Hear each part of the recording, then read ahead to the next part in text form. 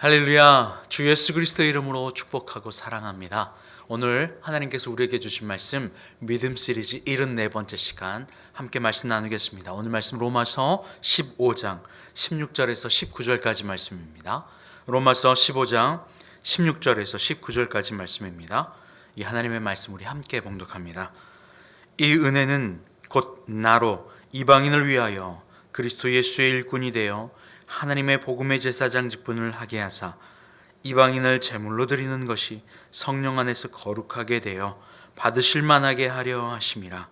그러므로 내가 그리스도 예수 안에서 하나님의 일에 대하여 자랑하는 것이 있거니와 그리스도께서 이방인들을 순종하게 하기 위하여 나를 통하여 역사하신 것 외에는 내가 감히 말하지 아니하노라.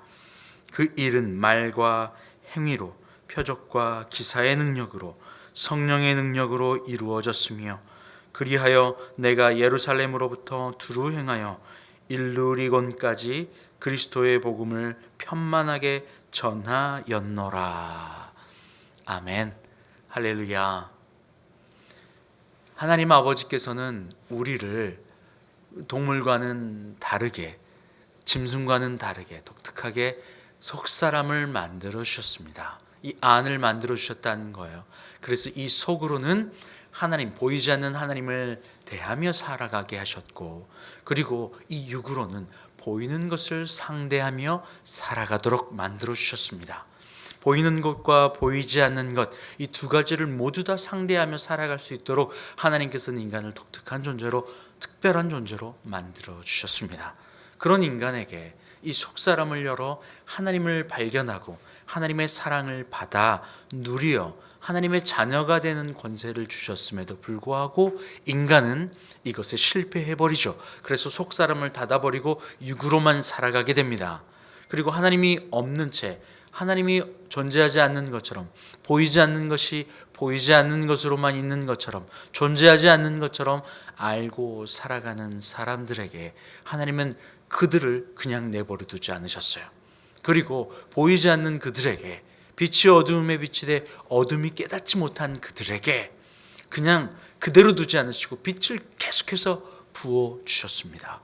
그리고 지금 이 순간에도 저와 여러분에게 그 빛으로 우리에게 말씀하세요. 2000년 전에 일어난 예수 그리스도의 죽음의 사건이 왜 오늘날 나와는 상관이 있는 것인가? 이렇게 얘기하는 분들도 있어요. 도대체 그 사건이 나와는 무슨 상관이고, 또 2000년 전에 이미 쓰여지는 것이 끝난 이 성경이 나와는 도대체 무슨 상관이 있는 거야? 라고 생각하시는 분도 있어요. 여러분, 성경은 말씀은 영입니다. 그래서 이 말씀은 시간이 지나고 읽어도 지금 이 순간 내 안에서 역사하는 것과 똑같아요. 수십 년 전, 아니 100년 전에 지어지고 적어진 수많은 명작들도 오늘날 다시 읽으면 그것이 내게 감동이 되어 오는 것처럼, 그 저자와 작가의 마음이 내게 그대로 전달되어지는 것처럼, 이 성경은 하나님의 말씀으로 된 이 성경은 지금 이 순간도 살아 역사하셔서 읽고 느끼고 보는 이 순간 지금 내 안에서 역사하고 있습니다. 예수 그리스도의 사랑도 마찬가지입니다. 예수 그리스도의 나심과 죽으심, 그리고 나를 위한 십자가, 이 모든 사건은 2000년 전에 끝나버린 사건이 아니에요. 지금 그것을 내가 마음으로 사랑으로 받는 순간 그 사건은 지금 내게 일어나는 사건입니다. 보이지 않는 것이 존재하지 않는 것이다라고 생각하며 살아가는 그 수많은 이방인들에게 바울은 이 복음을 전하길 원했어요.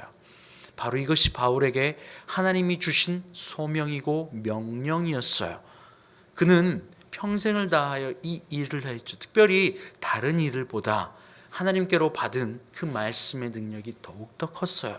그래서 하나님은 바울이 교만하고 자고하지 않게, 높아지지 않게 하기 위하여 특별히 바울을 연단하시고 붙잡아 주셨어요. 이것을 고린도 후서 12장에서 바울은 3번이나 하나님께 이것을 고쳐달라고 간구했다고 이야기해요. 이걸 육체의 가시라고 고백했다고 지난주에 말씀을 드렸잖아요. 그럼에도 불구하고 하나님은 그것을 고쳐주지 않으세요. 그리고 바울에게 말하는 거죠. 내 은혜가 너에게 족하다라고 말이에요. 이 음성을 들은 바울은 자신의 육체의 가시가 하나님이 내게 주신 선물이라 여겨지게 돼요. 육체의 가시는 바뀌어지지 아니하였지만 바울은 그 육체의 가시를 대하는 마음이 바뀐 거예요.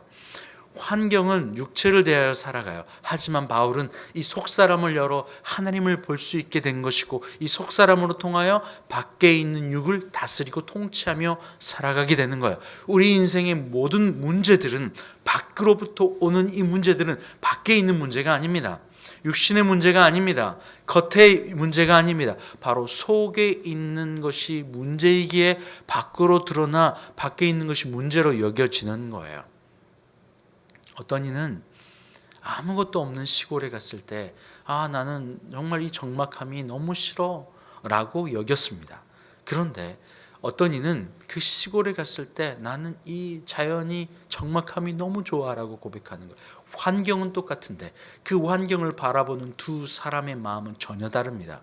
어떤 이는요, 서울에 갔을 때 너무 이 복잡한 것이 나는 너무 복잡하고 싫어 라고 이야기하지만, 어떤 이는 그 서울에 가서 복잡하고 사람들이 움직이는 그것들을 오감으로 시각으로 채우는 이것이 너무 좋아 라고, 사람 구경하기 너무 좋네 라고 생각하는 사람도 있어요. 환경은 그대로입니다. 환경이 문제가 아니라 그 환경을 바라보고 인식하는 이 속사람의 문제임을 여러분 아셔야 해요. 바울은 이 속사람의 문제, 속사람이 닫혀버린 문제, 그래서 보이지 않는 하나님을 느끼지 못하고 보이지 않는 하나님을 알지 못하는 그들, 그래서 돌아가야 될 그 길, 바로 그들이 다시 돌아가 하나님과 영원히 살아야 될 그 천국에 대한 소망을 잃어버린 이방인들에게 하나님의 복음을 전하길 원했어요. 그런데 하나님의 복음은 예수를 믿고 구원받으세요 라고 하는 정도에서 멈춘 게 아닙니다. 이것은 교리적 이해예요. 교리적 이해가 우리에게는 구원을 가져다 주지 않아요. 교리적 이해는 지식이에요. 이 지식이 우리에게 믿음을 가져다 주지 않아요. 마귀도 예수님이 하나님의 아들인 걸 아는 지식이 있었어요. 하나님에 대한 about Jesus Christ, about God이라고 하는 그 정보는 너무나도 많이 알고 있었어요. 인포메이션은 지금 인터넷을 쳐보면 너무나도 많은 인포메이션이 있어요. 역사적으로 사실이었다는 것을 아는 것만으로, 예수 그리스도께서 무슨 일을 행했다는 걸 아는 것만으로 그들의 영혼이 변하지 않는다는 사실이에요. 그들의 속사람이 변하지 않는다는 사실이에요. 지식만 가지고 있고 마음으로 받아들이지 않으면 소용이 없어요. 예수 그리스도께서 나를 위하여 죽으셨다는 이 말씀과 사실이 내 안에 나를 향한 사랑으로 고백되어지는 것, 믿어지는 것, 받는 것. 사랑은 주입되어지고 이해되는 게 아니라 받는 거잖아요.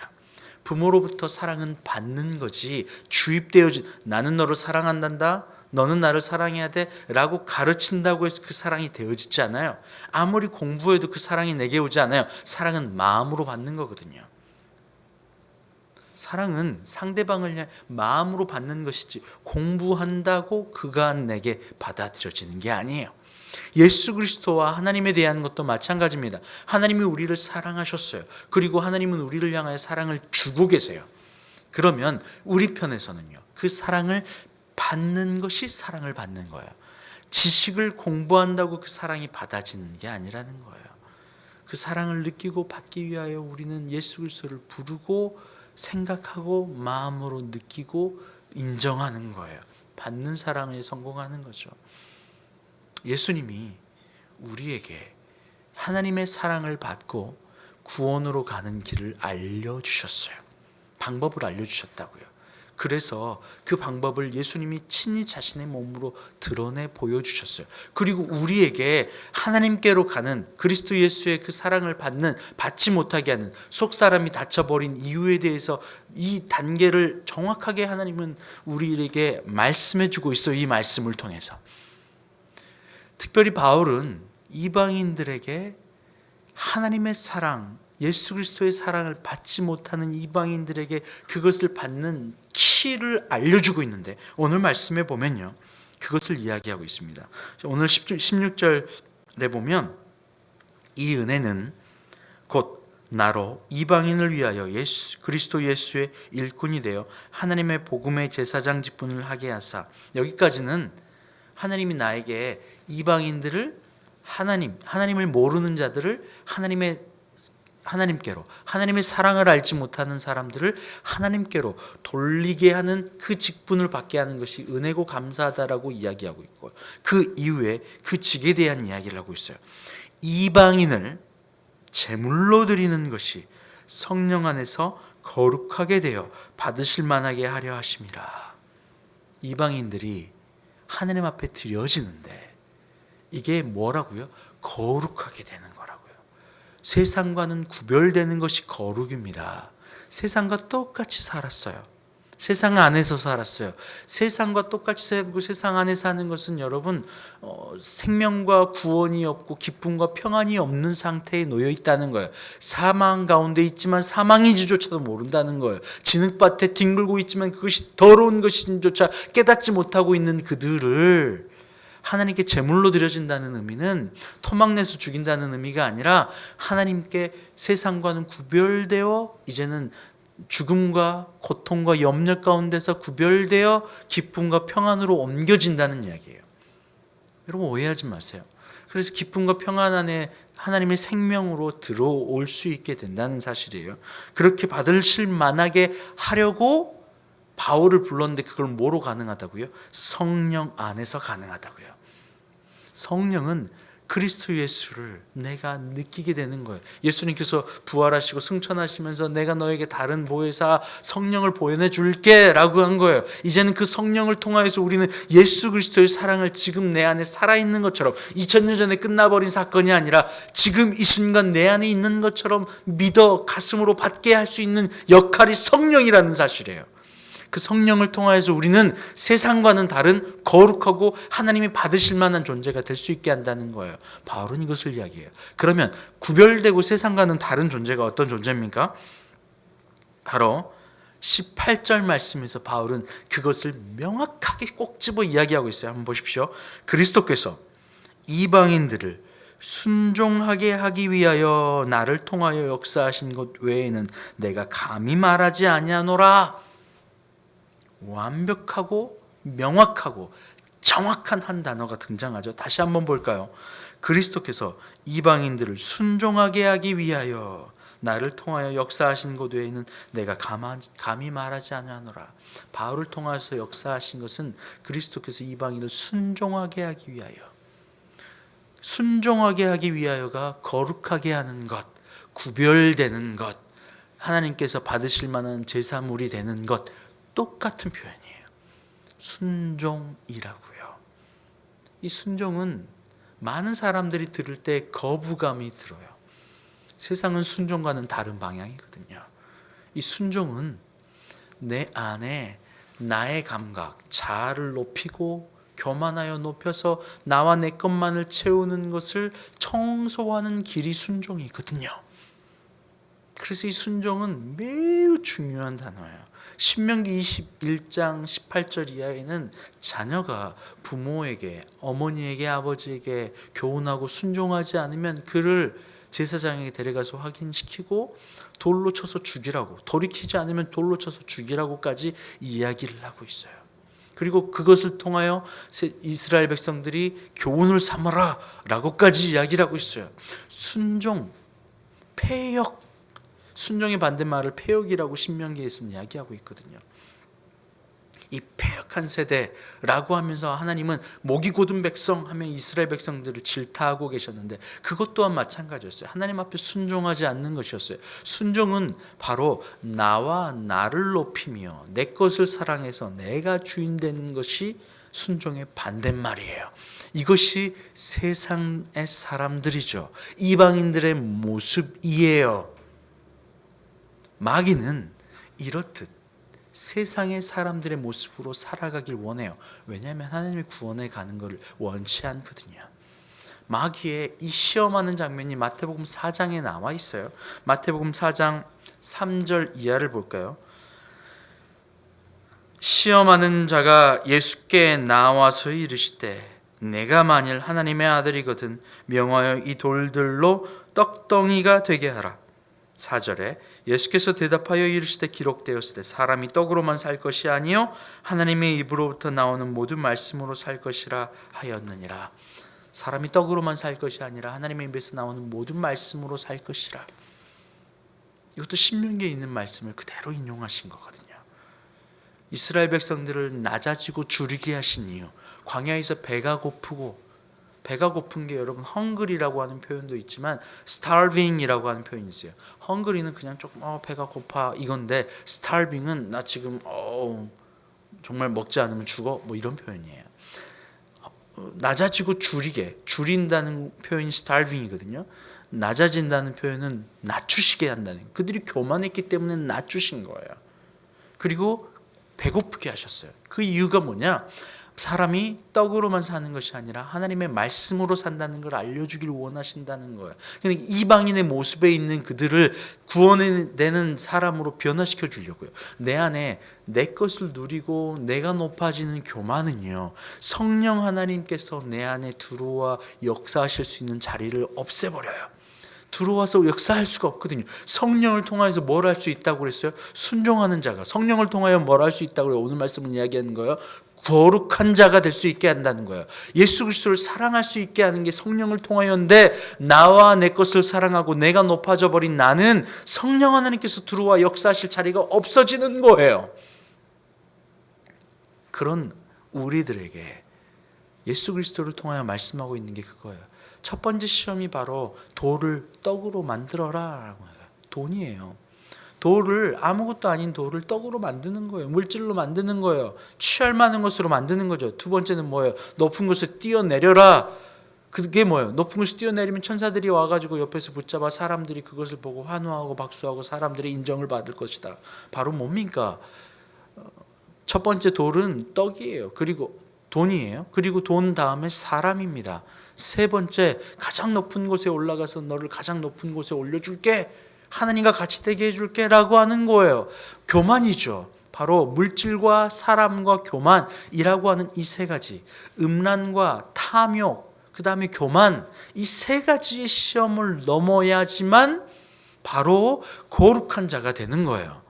이 거룩한 자가 되게 하는 방법은 바로 아버지 하나님이 나의 구주이시고 나의 왕이시고 주인이라고 하는 우리의 자리를 찾아 내려가는 데 있어요. 이걸 뭐라고 하느냐? 이걸 순종이라고 하는 겁니다. 순종은요, 자신의 자리를 찾아 내려가고 하나님을 자신보다 위의 자리로 올려드리는 일이에요.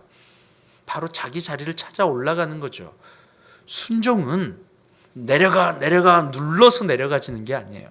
자발적 선택이에요. 무서워서, 상대방이 두려워서 따르는 걸 순종이라고 하지 않습니다. 그래서 하나님은 우리로 하여금 낮추기만 하신 게 아니에요. 자신이 직접 내려오셔서 보여주셨어요, 사랑을. 자발적 순종이에요. 예수님도 마찬가지입니다. 아버지 하나님께 자발적 순종으로 내려오셨어요. 자발적 순종 말이에요. 이 잔을 내가 마신다라고 이야기하셨거든요. 이 잔은 뭐예요? 죽는 거예요. 순종하여 죽는 거예요.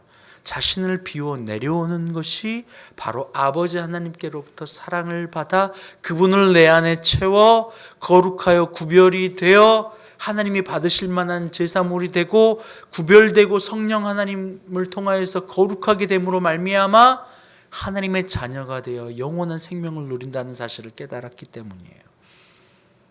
그리고 그것을 우리에게 보여주시길 원하셨어요. 바울은 단 한 가지만을 자랑할 거래요. 뭡니까? 이방인들을 순종하게 하려고.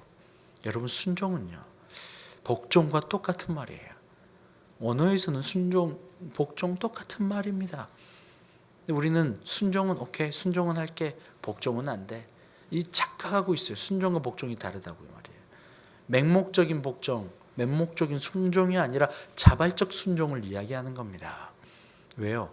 그것이 생명으로 가는 길인 걸 알기 때문이에요. 바울도 그것을 위하여 이방인들에게 그것만 전한대요. 여러분 안에 그리스도 예수, 그분의 사랑이 충만하여 그 사랑으로 말미암아 자발적으로 내려가는 여러분이 되시길 바라요. 그때에 비로소 우리는 내 안에 나를 가득 채움으로 성령께서 역사하는 그 자리를 빼앗아 버린 내가 다시 성령 하나님께서 내 안에 들어오셔서 거룩하고 흠이 없는 존재로 되게 만들어주시는 그 역사를 경험할 수 있게 됩니다. 함께 기도할게요. 하나님 감사합니다. 하나님, 우리는 능력이 없어요. 그럼에도 불구하고 우리는 나와 내 것을 높이며 나와 내 것, 내가 주인 되어 매 순간 선악의 판단을 내가 쥐고 있었습니다. 순종하지 못했고 낮아지지 못했고 세상과 똑같은 모습이 나의 모습이었습니다. 하나님, 그때의 평안과 기쁨이 없이 두려움과 염려와 공허 안에 살아갔던 우리들처럼 하나님, 이제는 공허와 염려와 두려움을 내려놓고 성령을 통하여 구별되어 하나님 누리며 거룩하고 하나님 안에 기뻐하며 평안을 얻는 자녀가 되기를 소원합니다. 우리 안에 그렇게 역사하여 주시옵소서. 감사하며 예수님의 이름으로 기도합니다. 아멘. 이제는 우리 주님 예수 그리스도의 은혜와 아버지 하나님의 그 크신 사랑하심과 성령의 교통감동감화 충만케 하시는 역사하심이 이 시간 내 안에서 거룩하고 흠이 없고 구별되는 자로 만들어주시길 원하는 성령 하나님의 그 인도하심을 받아 누리길 원하는 주님의 모든 자녀들 위해 이제부터 영원토록 함께 하시기를 간절히 축원하옵나이다. 아멘.